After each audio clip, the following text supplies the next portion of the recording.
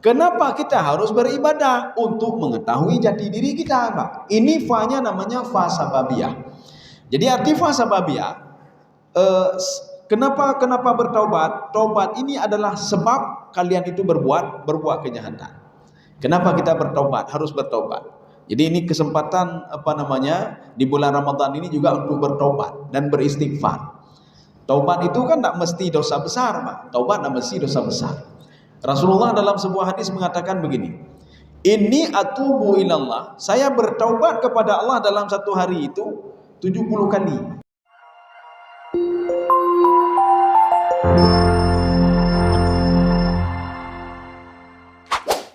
Selamat menonton dan jangan lupa di-subscribe ya.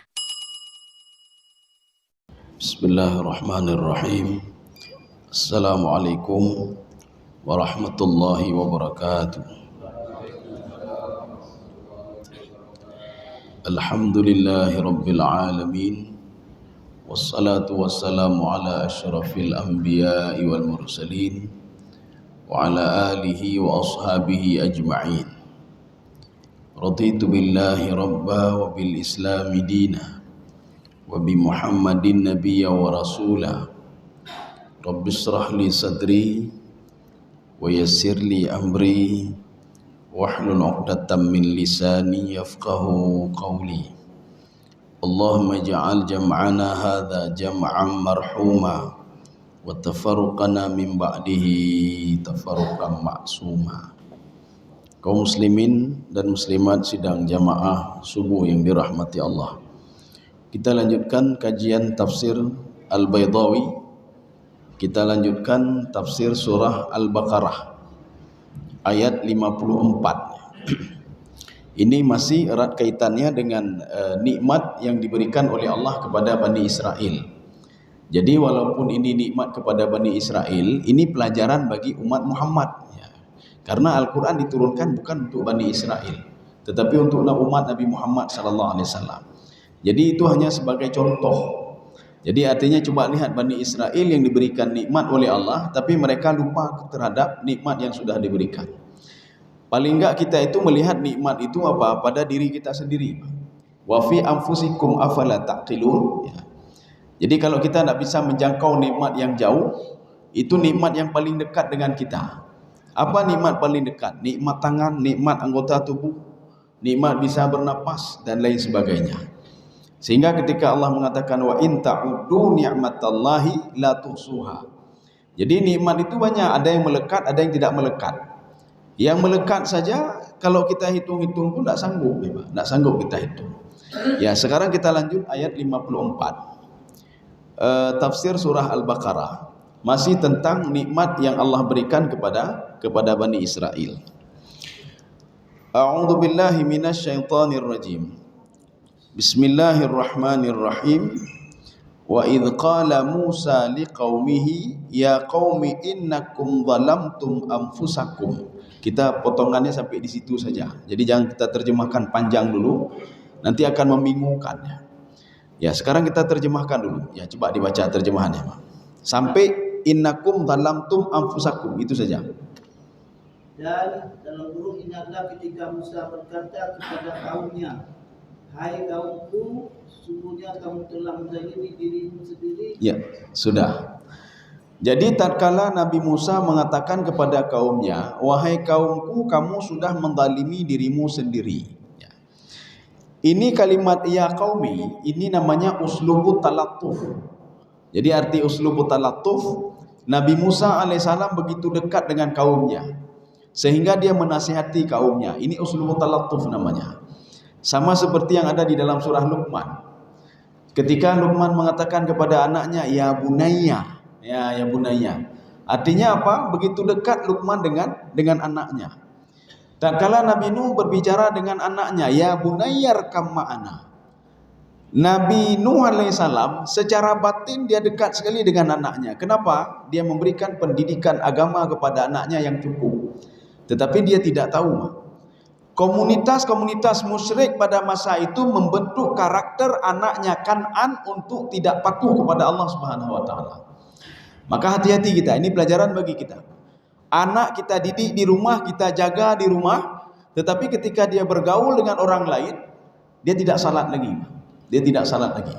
Ini perumpamaan seperti Kan'an, anak Nabi Nuh alaihissalam, yang dididik oleh Nabi Nuh sedemikian rupa, tetapi lahirlah pada diri dia kebangkangan dan sifat musyrik kepada Allah Subhanahu wa taala. Makanya Allah mengatakan tatkala anak Nabi Nuh tenggelam, saya ajarkan kamu apa yang tidak kamu tahu wahai Nuh. Anakmu itu tidak beriman dia. Itu bukan anakmu lagi. Itu sudah urusan saya, itu kata Allah Subhanahu wa taala. Ini namanya uslubu at-talattuf. Jadi Nabi Musa alaihissalam mengatakan kepada kaumnya, ya qaumi innakum zalamtum anfusakum. Kalian sudah berbuat zalim. Zalim itu apa sebenarnya? Di dalam bahasa Arab, kalau kita lihat kalimat zalama, itu maknanya apa? Darartum. Zalamtum maknanya darartum. Kalian sudah berbuat zalim, maknanya kalian sudah memudaratkan diri kalian sendiri. Kalau orang yang tidak salat, berarti dia sudah menzalimi diri dia sendiri. Maknanya apa? Sudah memudaratkan diri dia sendiri. Baik di dunia maupun ketika di alam barzakh, dibangkitkan di padang mahsyar, atau nanti setelah itu. Apakah dia dimasukkan ke dalam neraka nanti? Na'udzubillah min dzalik. Dia menzalimi diri dia sendiri. Dia memudaratkan diri dia sendiri. Orang yang suka ghibah orang lain, orang yang suka ambil punya orang lain, secara tidak dia sadari, dia sudah menzalimi diri dia sendiri. Dia sudah memudaratkan diri dia sendiri. Di mana mudaratnya? Ya, ketika di dunia didoakan oleh orang lain yang dizalimi itu. Jadi didoakan kejahatan untuk orang itu. Ketika dia meninggal, dilaknat oleh para malaikat, dilaknat oleh Allah Subhanahu wa taala, dilaknat oleh binatang, dilaknat oleh manusia. Jadi maknanya perbuatan dia itu membuat dia sengsara sendiri. Ketika di padang mahsyar lebih dahsyat lagi. Seluruh apa yang sudah dia sakiti orang lain, dia zalimi orang lain, harus dia balas dengan amal ibadahnya. Maka Rasulullah mengatakan, kalian tahu enggak apa itu muflis? Sahabat mengatakan, al-muflisu fina man la dirham lahu. Ya Rasulullah, muflis itu tidak punya harta, tidak punya apa-apa. Rasulullah mengatakan tidak. Muflis itu orang yang syatama hadza, ya nampak. Dia mengata-ngatai orang lain ini, mengambil hak orang lain, mengambil punya orang lain, mengurangi timbangan. Nanti segala sesuatu hal itu kata Rasulullah harus dia pertanggungjawabkan. Harus dia ambil amal ibadahnya diberikan kepada orang yang dia zaliminya.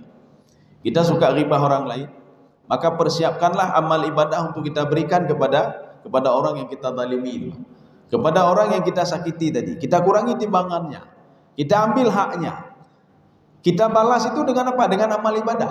Maknanya kan kita sudah memudaratkan diri kita sendiri. Maka makna zalim di sini adalah ad-darar. Zalam tu maknanya darar tu, kalian sudah menzalimi diri sendiri, kalian sudah memudaratkan diri kalian sendiri. Jadi makanya begitu juga ibadah puasa ini. Ketika Allah mengatakan ya ayyuhalladzina amanu kutiba alaikumusiyam, itu semua kewajiban puasa demi kemaslahatan manusia itu sendiri. Allah tidak butuh pada ibadah kita, Anda butuh pada ibadah. Sekarang kita buktikan di dalam sebuah diskusi. Allah Subhanahu wa taala berfirman begini, ya ibadi, wahai hambaku, kalau seandainya kata Allah semua berkumpul di sini, semua dibangkitkan semua dari orang dulu, dari Nabi Adam sampai sekarang, dan umat setelah Nabi Muhammad sallallahu alaihi wasallam, dikumpulkan semuanya, ala atqa qalbi rajulin wahidin, semua bertakwa kepadaku dan dipimpin oleh orang yang sangat bertakwa kepadaku, kata Allah Subhanahu wa taala, mazada min mulki syai'a, kekuasaanku tidak bertambah sedikit pun, tidak bertambah. Beda dengan kita manusia. Kalau tidak ada pendukung lagi, kita tidak bisa berbuat apa-apa lagi. Kenapa tidak ada pendukung? Makanya dukungan-dukungan itu menentukan nasib kita. Kalau banyak pendukung, berarti kita hebat. Ya, hebat. Oh, mereka mendukung kita, kita hebat. Tapi kalau tidak mendukung lagi, siap-siap untuk dilengsarkan dari jabatan kita. Tapi kalau Allah tidak, kita sholat, kita beribadah, sedikit pun tidak menambah kekuasaan Allah Subhanahu wa taala. Hanya perlu ibadah dimayangnya, Pak. Sekarang pertanyaannya, untuk apa kita salat? Untuk apa puasa? Untuk apa kita bayar zakat? Untuk apa bersedekah? Untuk apa berbuat baik? Untuk mengetahui jati diri kita. Kita supaya tahu siapa kita sebenarnya. Dengan kita tahu ini termasuk di dalam kajian tasawuf. Makanya seorang itu untuk apa puasa? Puasa itu likasrati syahwah. Selama ini syahwat terus mengontrol kita, sekarang kita yang kontrol syahwat itu. Makanya nanti kita baru tahu nanti pada akhir, oh rupanya syahwat saya selama ini yang mengontrol saya. Dia baru tahu diri dia, sebenarnya siapa diri dia. Makanya seorang yang sudah mengenal dirinya, dia akan mengenal siapa Allah. Dia akan mengenal Allah Subhanahu wa taala. Maka bagaimana mungkin dia bisa mengenal Allah kalau diri sendiri saja tidak dia kenali? Makanya ini untuk mengenali diri. Kita bersedekah untuk apa? Bersihkan diri, bersihkan harta. Kita berpuasa untuk apa? Bersihkan diri juga dari sifat tercela. Begitu juga untuk apa kita puasa? Supaya kita itu selama ini tidak tahu kalau syahwat selama ini terus mengontrol kita. Sekarang kita balik setelah Ramadan nanti, atau di dalam perjalanan di dalam bulan suci Ramadan ini. Syahwat yang kita kontrol, bukan syahwat itu yang mengontrol kita, tapi kita yang mengontrol syahwat itu. Kaum muslimin sedang jemaah yang dirahmati Allah Subhanahu wa taala. Maka ketika syahwat itu menginginkan sesuatu, kita arahkan, tidak boleh, ini tidak boleh, ini haram, ini tidak boleh, ini tidak boleh, ini boleh, ini halal. Kita yang arahkan dia. Kaum muslimin sedang jemaah yang dirahmati Allah Subhanahu wa taala. Makanya kalau orang yang tidak puasa, tidak salat, ya Allah mengatakan begini di kelanjutan hadis kursinya. Ya ibadi, wahai hambaku, kalau seandainya orang yang pertama sekali aku ciptakan Nabi Adam alaihissalam sampai akhir zaman nanti semua tidak patuh dan taat kepadaku, ala afjari qalbi rajulin, dipimpin oleh orang-orang yang tidak patuh dan taat kepadaku, kata Allah, mana kasamin mulki syai'a, sedikit pun tidak mengurangi kekuasaanku, kata Allah Subhanahu wa taala. Bahkan Allah mengatakan dalam Al-Quran, inna sya' nudhib, kalau kami mau kami hilangkan mereka semua, kata Allah Subhanahu wa taala. Saya musnahkan mereka semua. Begitu juga dialog Allah dengan Nabi Adam alaihissalam. Ini ada di dalam tafsir Ibnu Katsir. Ketika Allah mengatakan kepada Nabi Adam alaihissalam, ini tidak ada di dalam Al-Quran. Ini bukan Al-Quran. Jadi di situ Allah mengatakan kepada Nabi Adam alaihissalam, la yujawiruni man asani. Wahai Adam, tidak boleh dapat rahmatku, tidak boleh berdampingan denganku, kata Allah, orang yang berbuat maksiat. Makanya di bulan Ramadan ini lakukan apa saja untuk melebur dosa. Kalau tangan ini bersalah, ya lakukan sesuatu untuk minta maaf kepada Allah. Banyaklah bersedekah. Mulut ini bersalah, maka berzikirlah, terus berzikir minta maaf. Tidak lain kecuali di bulan suci Ramadan ini. Kalau bulan lain kita sudah sibuk dengan aktivitas kita, aktivitas ini, aktivitas itu. Tapi ini secara berjamaah, kita salat berjamaah, kita puasa juga sama-sama, semua bersama-sama. Jadi makanya kesempatan 30 hari atau 29 hari bulan suci Ramadan, pergunakanlah untuk kita bisa mencari jati diri kita sendiri. Maka setelah bulan Ramadan, la'allakum tattaqun, mudah-mudahan kalian mengetahui jati diri kalian siapa. Ya. Tapi menyuhanatatut hodroji ya sama saja. Kita sudah mentalimi diri sendiri, tidak puasa, tidak salat, tidak bayar zakat dan lain sebagainya. Ini perkataan Nabi Musa kepada kaumnya. Wahai kaumku, kalian sudah mentalimi diri kalian sendiri. Maksud mentalimi apa? Memudaratkan diri kalian sendiri. Karena apa? Ya, kita lanjut. Bittikhadhikumul ijlah. Ya, coba dibaca. Karena kamu telah menjadikan dan buruk patung anak sapi sebagai Tuhanmu. Ya, ini ba ilsak. Kamu sudah menjadikan patung, itu terjemahannya, patung anak sapi sebagai Tuhanmu. Ijlah itu apa sebenarnya? Jadi ijlah itu adalah patung yang berbentuk sapi. Mereka mereka buat dengan emas. Jadi ditempel-tempel emas itu sehingga menjadi patung. Waktu itu Samiri mengatakan, hadza ilahukum wa ilahu Musa. Kalian tahu enggak, inilah Tuhan Musa dan Tuhan ilahukum wa ilahu Musa, Tuhan kalian dan Tuhan Musa. Sehingga mengeluarkan suara, Mbak. Kenapa? Karena ada rongga-rongga di situ. Suara seperti suara anak sapi. Ya. Maka mereka semua menyembah patung itu. Samiri ini siapa Samiri? Ya, Mbak. Ketika Fir'aun bermimpi juga bertanya kepada Samiri, ya Samiri, ya nembak. Samiri ini berbeda dengan Samiri ketika Nabi Musa pergi dan Samiri menyuruh Bani Israel untuk menyembah patung. Samiri itu namanya Mudzaffar. Jadi Mudhaffar kalau ini dalam tafsir Ibnu Abbas. Tetapi kalau dalam tafsir lain itu namanya Mikha, nama dia, Pak. Ya, Mikha. Dalam satu tafsir lagi termasuk Ibnu Abbas, Mudhaffar, nama dia Mudhaffar. Dia memprovokasi Bani Israel untuk tidak menyembah Allah Subhanahu wa taala. Untuk tidak menyembah Allah. Sebenarnya Samiri ini dia turun gunung, Pak, turun gunung. Dia itu di bawah bimbingan malaikat, Tetapi apa hasilnya? Di bawah bimbingan yang bagus-bagus, hasilnya tidak bagus. Ya. Di bawah bimbingan malaikat. Nabi Musa di bawah bimbingan Fir'aun, tapi hasilnya bagus. Menjadikan seorang nabi dan seorang rasul, yaitu Nabi Musa alaihissalam. Istri Nabi Nuh alaihissalam di bawah bimbingan suaminya, tapi jadi istri yang tidak taat dan ditenggelamkan oleh Allah Subhanahu wa taala. Istri Nabi Lut, maka Allah mengatakan dalam Al-Quran, coba lihat perumpamaan dua orang wanita, tahta abdaini min ibadina. Dia dibimbing oleh dua orang hambaku yang paling dekat denganku, Nuh dan Lut. Tetapi hasilnya apa? Istri Nabi Lut diazab oleh Allah, istri Nabi Nuh diazab oleh Allah Subhanahu wa taala.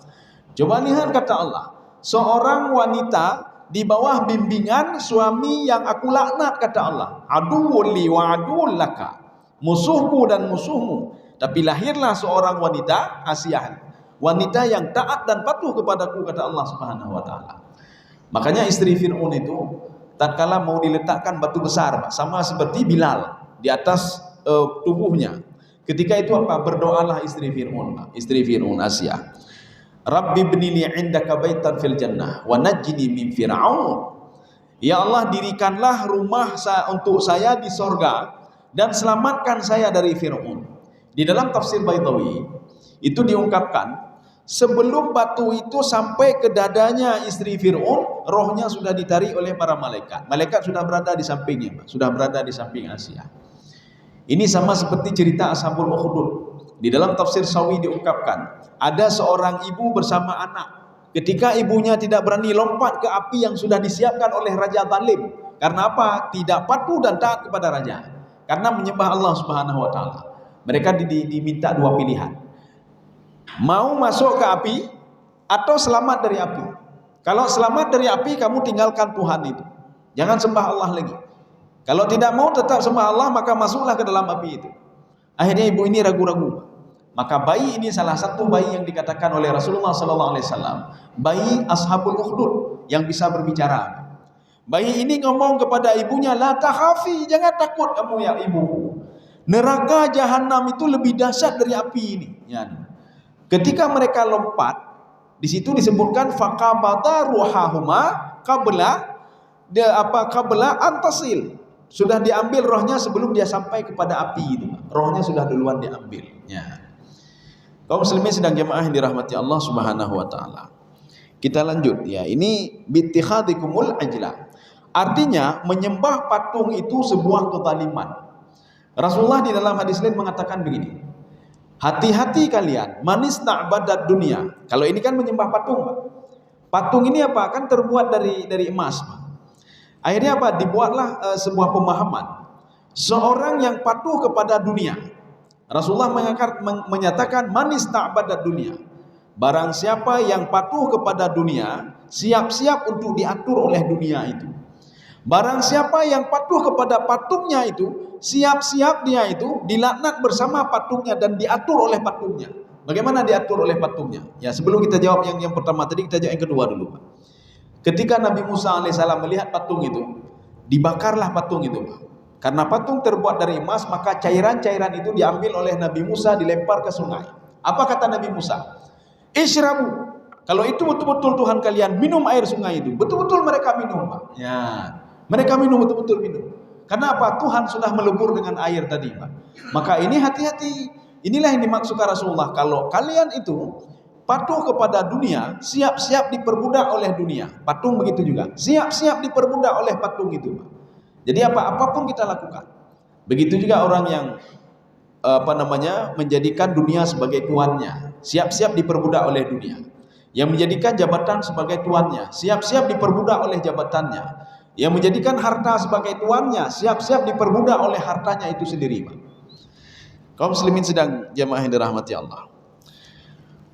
Sekarang bagaimana ya? Bagaimana setelah menyembah patung, apa solusinya? Supaya bisa dimaafkan oleh Allah Subhanahu wa taala. Fatubu ila bari'ikum. Ya, itu potongan selanjutnya yang ketiga. Coba dibaca. Maka bertobatlah kepada Tuhanmu yang menjadikan kamu dan bunuhlah dirimu. Sudah. Bunuh diri jangan dulu, ini dulu. Fatubu ila bari'ikum. Bertobatlah kepada Tuhanmu, itu terjemahannya, Pak. Ini fa ini adalah fa sababiyah. Sedangkan fa satu lagi, fa ta'qib, itu berbeda. Fa sababiyah dan fa ta'qib.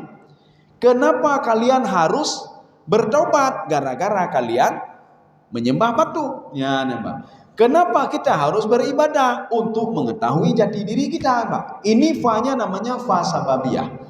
Jadi arti fa sababiyah, kenapa bertaubat? Taubat ini adalah sebab kalian itu berbuat kejahatan. Kenapa kita bertaubat? Harus bertaubat.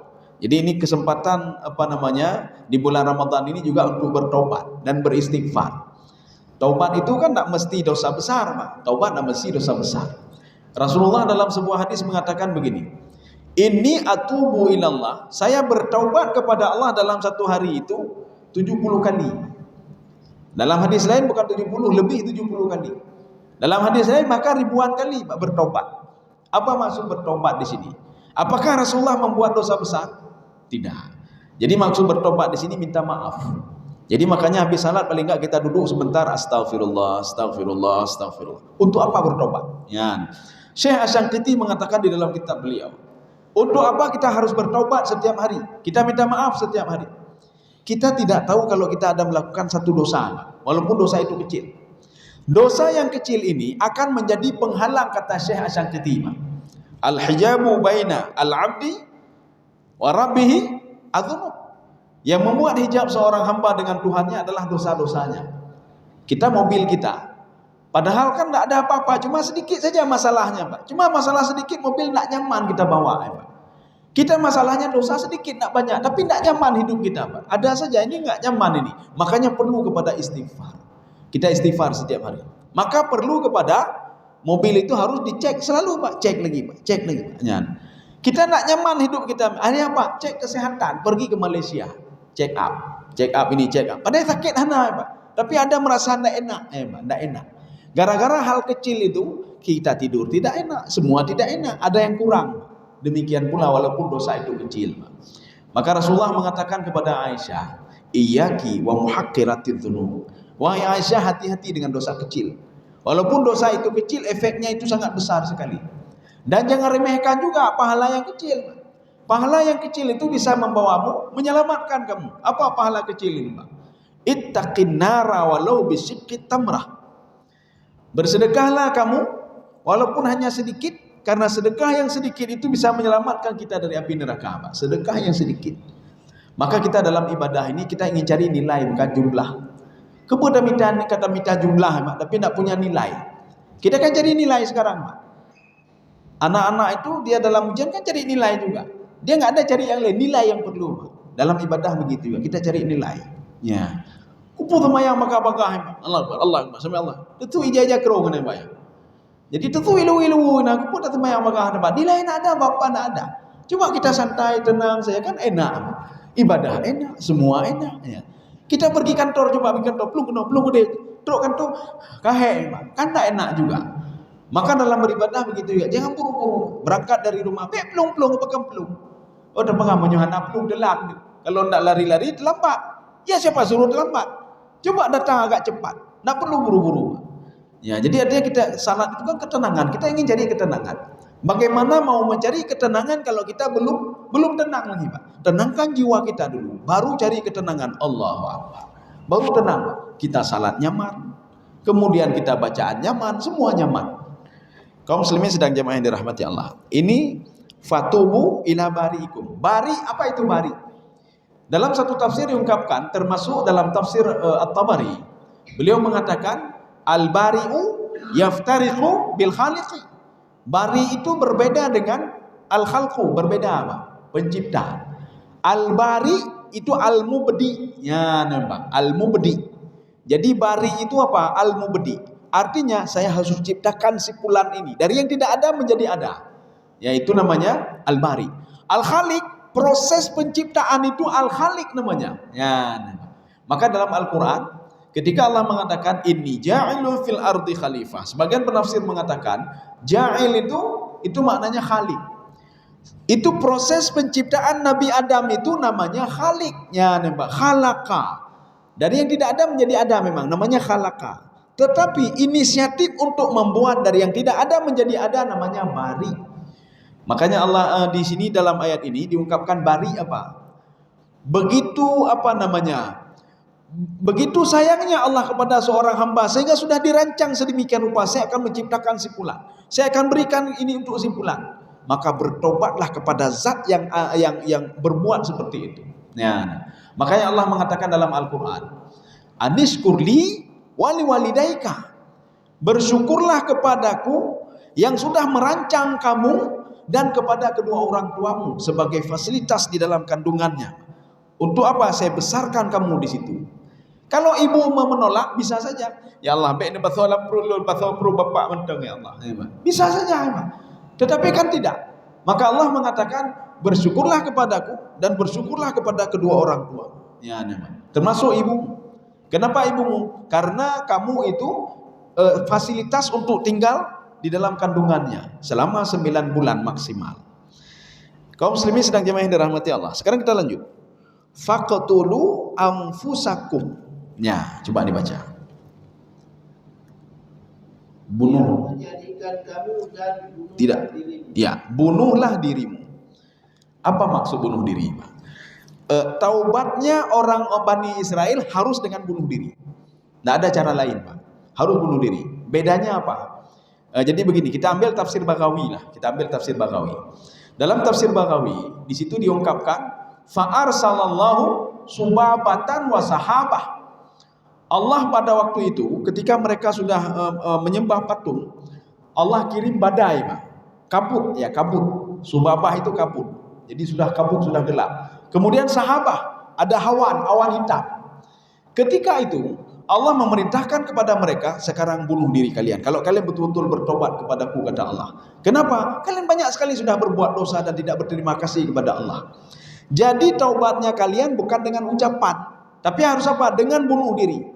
Bedanya dengan bunuh diri orang lain, kalau sekarang kita mau bunuh diri, saya mau seperti Bani Israel, cok dalam kantung roh, Pak. Yang dosa besar, ya, Pak. Itu dosa besar, ya, Pak.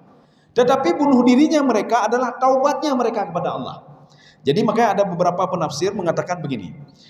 Itu yang meninggal itu ada 70.000 orang. 70.000 orang. Di dalam tafsir Al-Qurtubi, beliau mengatakan yang menyembah patung itu laki-laki semua, tidak ada wanita.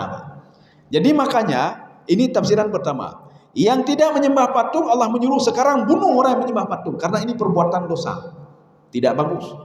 Tafsiran yang kedua, mereka membunuh satu sama lainnya. Kenapa digelapkan oleh Allah Subhanahu wa taala dengan dikirimnya subabah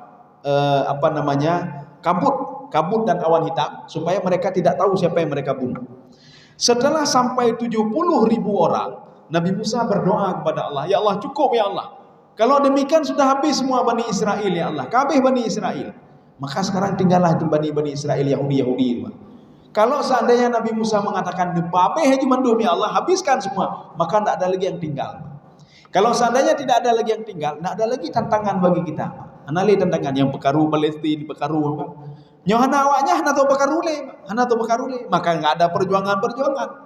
Jadi maka dibiarkan oleh Allah untuk yang pekaru lamuru lain. Tetapi apa? Seluruh apapun yang mereka lakukan sampai sekarang tidak jauh dari kontrolan Allah Subhanahu wa taala. Mereka tidak bisa melakukan apa-apa kecuali dalam kontrolan Allah Subhanahu wa taala. Faqtulu anfusakum, maka bunuhlah diri kalian.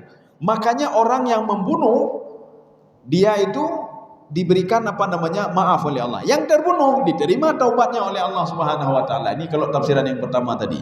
Membunuh yang tidak menyembah patung, membunuh orang yang menyembah patung. Yang membunuh dimaafkan, yang terbunuh diterima taubatnya. Tetapi kalau tafsiran yang kedua, satu sama lainnya mereka saling bunuh-membunuh. Ya, yang terbunuh diterima taubatnya, yang masih hidup juga diterima taubatnya oleh Allah Subhanahu wa taala. Jadi jangan kita samakan dengan kita. Kalau kita ingin bertobat kita harus bunuh diri, tidak. Kita harus lihat dulu asbabun nuzulnya. Ayat ini khusus untuk Bani Israel yang membangkang. Sehingga apa? Saking membangkangnya mereka, patuh lagi, membangkang lagi, Allah hanapak dengar li. Kalau ingin taubat bunuh diri. Coba berani kalau bunuh diri? Kalau kalian berani bunuh diri, saya terima taubat kalian, kata Allah Subhanahu wa taala. Tetapi kalau kita bunuh diri kan termasuk dosa besar. Jadi tidak sama seperti ini khusus untuk Bani Israel saja. Ada seorang jamaah ya di salah satu masjid lah, jamaah ini. Kawasan-kawasan kita ini juga. Dia seorang ahli ibadah. Dia ahli ibadah, dia ahli zikir, baca Quran, bangun tahajud. Tapi akhirnya meninggal, beliau bunuh diri. Ya, gantung diri di kamarnya. Ada seorang jamaah bertanya ke saya, ini beliau di mana ini? Masuk surga atau neraka ini? Karena apa? Beliau ahli jamaah, beliau ahli Quran dan lain sebagainya. Saya tidak menjawab. Saya katakan begini. Seorang sahabat Rasulullah sallallahu alaihi wasallam, dia selalu ikut bertempur bersama Rasulullah sallallahu alaihi wasallam. Kemudian Rasulullah berani mengatakan apa? Kamu ingin tahu calon penghuni neraka ini, si sahabat ini calon penghuni neraka ini. Sahabat merasa bingung. Kok bisa penghuni neraka seorang sahabat yang selalu ikut berperang bersama Rasulullah sallallahu alaihi wasallam? Rupanya pada akhir hayatnya, ketika habis selesai berperang, dia enggak sanggup tahan, Pak. Begitu beratnya siksaan itu. Kenapa? Karena sudah luka-luka di tubuhnya. Dia ambil pedangnya dan dia bunuh diri. Maka bunuh diri itu dosa besar. Ya. Jadi artinya kita jangan lihat di kehidupannya. Ada seorang sahabat ketika melakukan salah satu peperangan di antara Saudi Arabia dan Yordania, ya tengah dekat-dekat dengan Tabuk. Jadi setelah selesai melakukan peperangan, ada seorang sahabat yang mati syahid. Semua mengatakan fulan syahid, si fulan sudah mati syahid. Berita ini sampai ke Umar bin Khattab. Umar bin Khattab mengatakan bangga sekali, fulan syahid. Keluarga ini juga bangga sekali karena apa? Suaminya sudah mati syahid, anaknya sudah mati syahid. Berita ini sampai ke Rasulullah sallallahu alaihi wasallam. Apa kata Rasulullah? Kalla, tidak. Dia tidak mati syahid. Inni ra'aituhu finnar. Saya melihat dia di dalam neraka, kata Rasulullah sallallahu alaihi wasallam. Seorang sahabat ikut bertempur bersama Rasulullah, mati meninggal lagi, Pak. Tapi Rasulullah mengatakan dia tidak mati syahid. Saya melihat dia, ini ra'aituhu finnar, saya melihat dalam neraka. Tahu kenapa? Kata Rasulullah, biburdatin khasyaha. Gara-gara dia mengambil kain punya temannya, icu wija tangon, Pak. Maka hati-hati, Pak. Kita jangan bangga dulu dengan amal ibadah kita. Kita bangga, saya sudah tahajud, saya sudah witir, saya sudah taraweh, saya sudah puasa, tak pernah tinggal. Kemudian ibadah-ibadah lain, bersedekah, haji, umrah. Kita perlu tahu, jangan nanti gara-gara ada satu perbuatan yang membuat kita dimasukkan ke dalam surga, ke dalam neraka. Termasuk Rasulullah mengatakan kepada Muaz bin Jabal, ya Rasulullah, berikan nasihat kepada saya, jaga mulutmu. Ya, nasihat jaga mulut. Sahabat mengatakan, ya Rasulullah, yang lain baik jaga mulut. Nah, bengeh dia Rasulullah. Kamu tahu enggak, kata Rasulullah, seorang itu banyak yang masuk ke dalam neraka gara-gara mulutnya, gara-gara babah, hebat. Jadi makanya kalau ada orang lain tanya masalah fatwa atau apa saja, kalau tidak tahu diam saja. Kemudian jangan ribah orang lain. Aman hidup.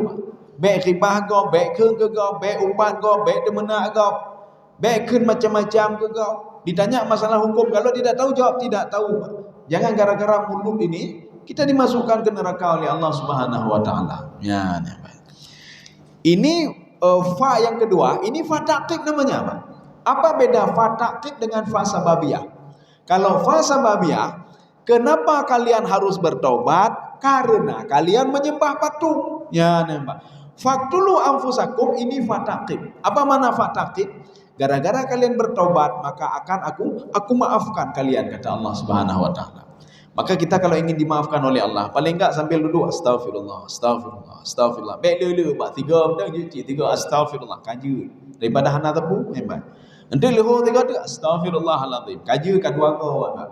Minimal kita itu sehari 5 kali istighfar. Maknanya apa? Kita teringat kepada Allah Subhanahu wa taala. Yang penting ingat enggak Allah, hebat. Assalamualaikum, assalamualaikum, cok HP ni, HP. Habis assalamualaikum, HP ni, Pak. Boleh HP, Pak. Kita tinggalkan dunia di luar dulu sebentar, Pak. 5 menit saja kita beribadah kepada Allah. Kenapa kalau urusan kantor, urusan rumah kita tinggalkan semua di rumah. Ketika urusan kantor, istri nelpon, telepon dia dengan rapatnya. Baik hana depa ro Pak. Nya rapat, jangan ganggu saya selama 12 jam. Kenapa kita bisa ngomong ke istri seperti itu? 12 jam jangan ganggu saya. Ini 5 menit bisa diganggu oleh HP itu, Pak. 5 menit perkara oleh HP ya, Pak. Jadi artinya ketika kita salat konsisten saja kita. Ini kita sekarang ingin beribadah. Jangan ada yang ganggu saya.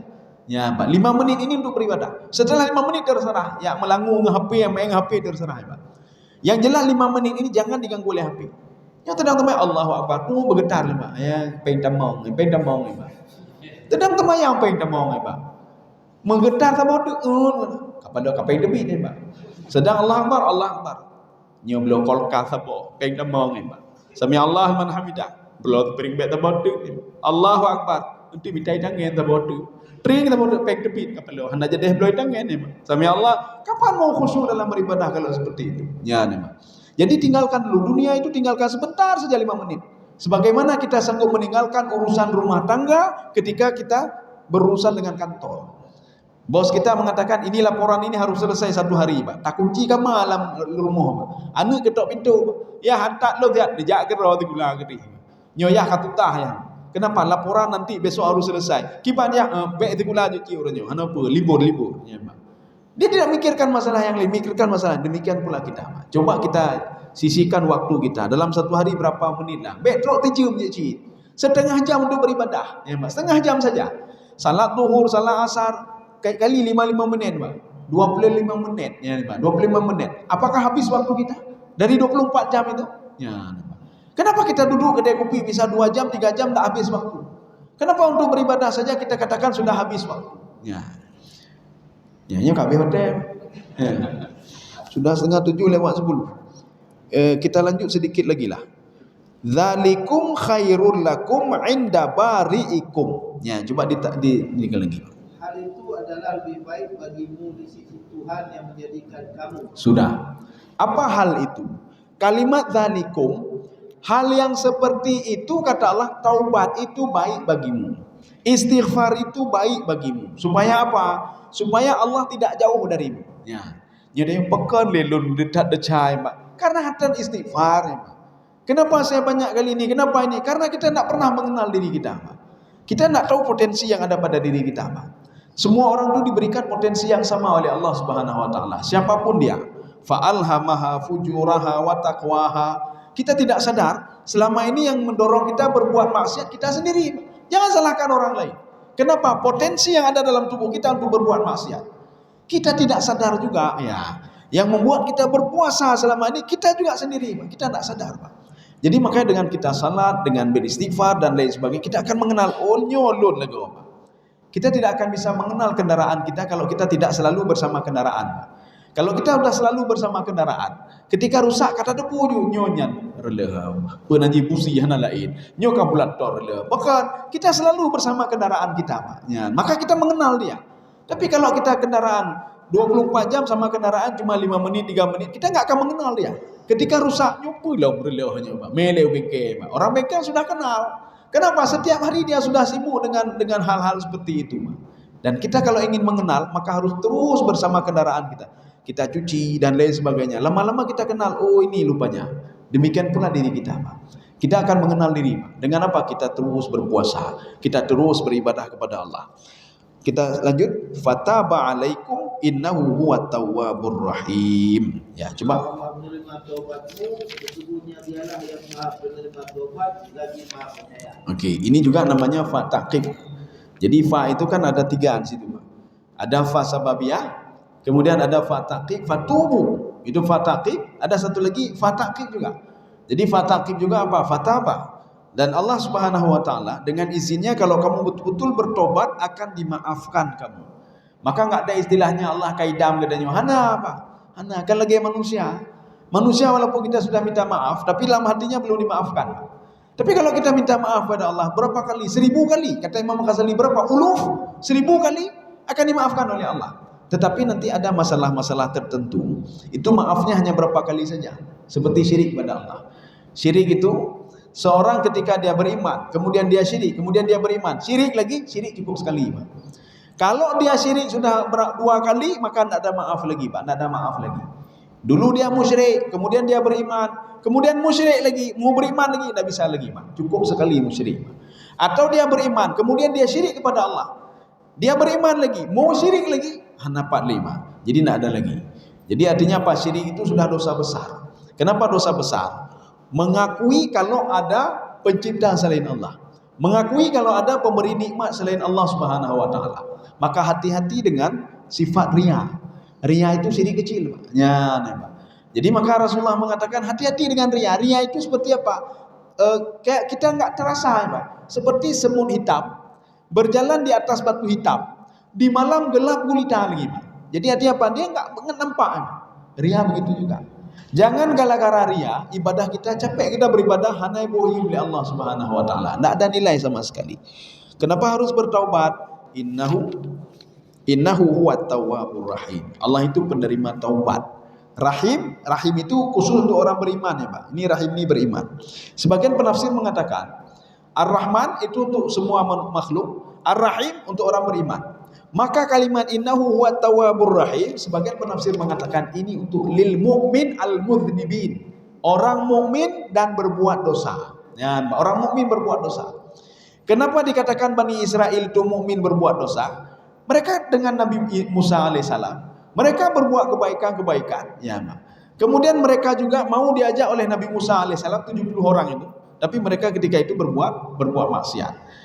Jadi sama seperti kita, kalau kita berbuat maksiat, ya kita berbuat maksiat, kemudian kita bertobat kepada Allah Subhanahu wa taala, maka Allah mengatakan innahu huwat tawwabur rahim. Itu untuk orang mukmin al-mudznibin, mukmin yang berbuat dosa.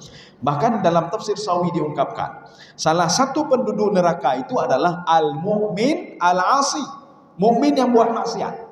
Jadi jangan kita pikir neraka itu orang kafir dan lain, tidak. Mukmin yang berbuat maksiat juga akan singgah transit di dalam neraka. Tapi tidak dijelaskan oleh Imam Sawi siapa itu mukmin asi. Tapi dalam penjelasannya beliau mengatakan ngomong ini pada orang lain, ribah orang lain, bakhil dan lain sebagainya, itu termasuk berbuat maksiat. Padahal dia mukmin, dia yakin kepada Allah, dia beribadah kepada Allah, tapi tetap juga masih berbuat maksiat. Saya rasa cukup sekian. Mudah-mudahan ada manfaat bagi saya sendiri dan jemaah sekalian. Subhanakallah bihamdika, asyhadu an la ilaha illa anta, astaghfiruka wa atubu ilaik. Assalamualaikum warahmatullahi wabarakatuh. Waalaikumsalam.